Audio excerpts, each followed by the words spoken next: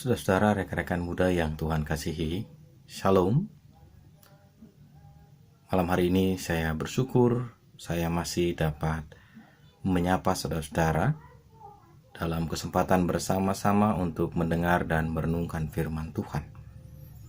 Saudara-saudara kaum muda yang Tuhan kasihi, mari kita berdoa sebelum kita bersama-sama mendengarkan firman Tuhan pada kesempatan malam hari ini. Mari berdoa. Bapa di sorga, kami bersyukur kepadamu sebab malam hari ini kami dapat kembali mengarahkan hati dan pikiran kami untuk kembali dapat mendengar dan merenungkan kebenaran firman-Mu. Pimpin dan tolong kami Tuhan, supaya kami dapat mengerti dan memahami apa yang menjadi kebenaran sabda-Mu saat ini. Biar di masa muda ini, kami sungguh-sungguh dapat menghayati dan menghidupi kebenaran sabda-Mu itu. Dalam nama Tuhan Yesus Kristus kami berdoa kepada Bapa di sorga. Haleluya. Amin. Saudara-saudara, rekan-rekan muda yang Tuhan kasihi, kesempatan malam hari ini saya ingin mengajak saudara-saudara untuk kembali dapat mendengar dan merenungkan firman Tuhan. Mazmur 119 ayat yang ke-9. Saya bacakan untuk saudara-saudara sekalian. Dengan apakah seorang muda mempertahankan kelakuannya bersih? Dengan menjaganya sesuai dengan firman-Mu. Demikian firman Tuhan yang kita dengar. Yang berbahagia adalah kita yang mendengarkan firman Tuhan, memelihara serta melakukannya dalam hidup kita dari hari ke hari. Haleluya. Saudara-saudara, rekan-rekan muda yang Tuhan kasihi, saya ingin mengajak kita untuk merenungkan sebuah topik sederhana. Apa yang akan kita buat di tengah pandemi? Saudara-saudara, rekan-rekan muda yang Tuhan kasihi, banyak orang, bahkan mungkin tidak sedikit juga orang muda, ketika situasi yang terjadi di tengah-tengah hidup kita, seperti yang kita alami saat ini, pandemi virus corona menyebar dengan begitu cepat, bahkan menjadi bagian yang mungkin tak terbayangkan oleh kita. Hari ini saja kita mendengar dan mendapat berita dari gugus tugas penanganan COVID-19 pemerintah negara kita, 8.600 lebih orang di negeri kita sudah terpapar virus corona. Artinya semakin hari semakin bertambah. Pertambahan itu begitu cepat dan signifikan. Dalam situasi yang seperti itu, apakah yang akan kita buat dan kita lakukan sebagai orang muda? Berdiam diri di rumah? Itu yang memang disarankan dan dimintakan oleh pemerintah sebagai upaya memutus mata rantai penyebaran virus corona. Social distancing, bahkan physical distancing, menjadi bagian yang pemerintah anjurkan dan sarankan supaya kita dapat menjaga jarak, melakukan pembatasan sosial demi sebuah harapan bahwa virus corona itu dapat semakin diputus dan penyebarannya semakin dapat dikurangi.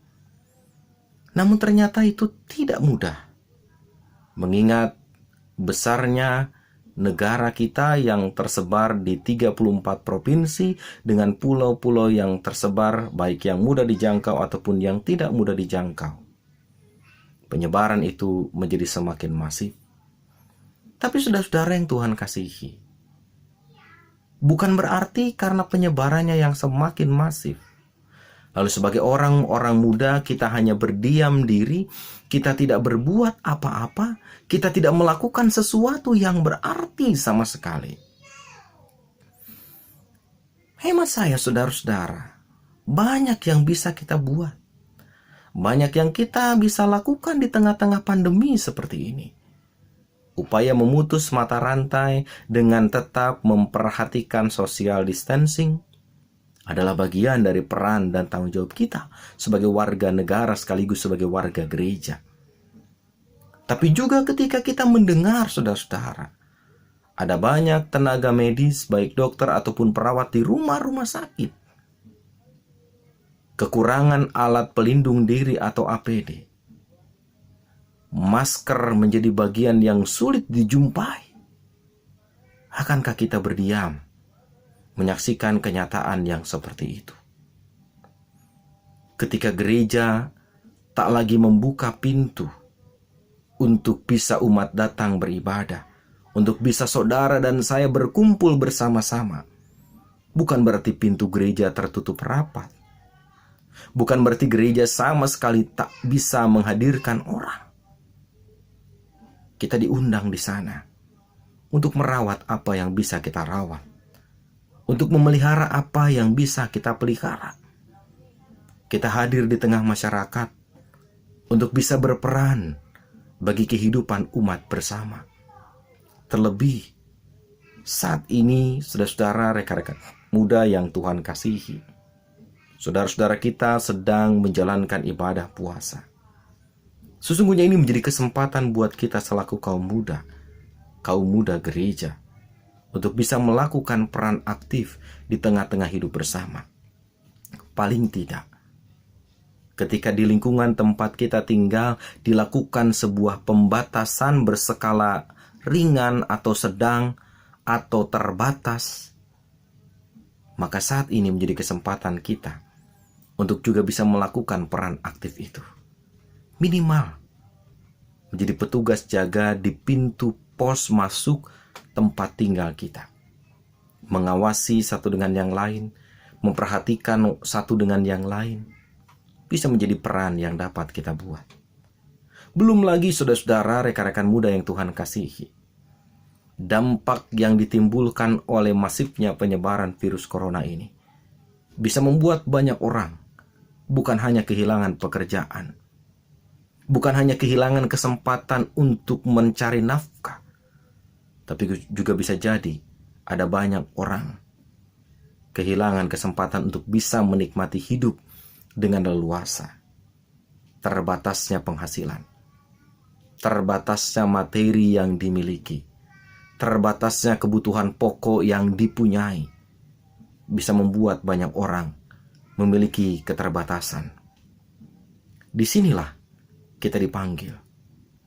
Ketika kita mendengar oleh karena semakin masifnya penyebaran virus corona, banyak kejahatan terjadi di mana-mana.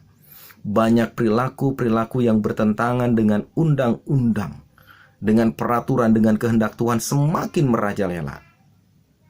Maka satu hal yang diingatkan oleh pemazmur pada kita, jagalah kelakuan kita, jagalah tindakan kita, supaya kita tidak semakin menghadirkan kesengsaraan bagi orang lain, supaya kita tidak semakin menghadirkan kesulitan bagi orang lain. Jagalah seluruh perilaku hidup kita, supaya tetap mencerminkan hal-hal yang baik bagi orang lain.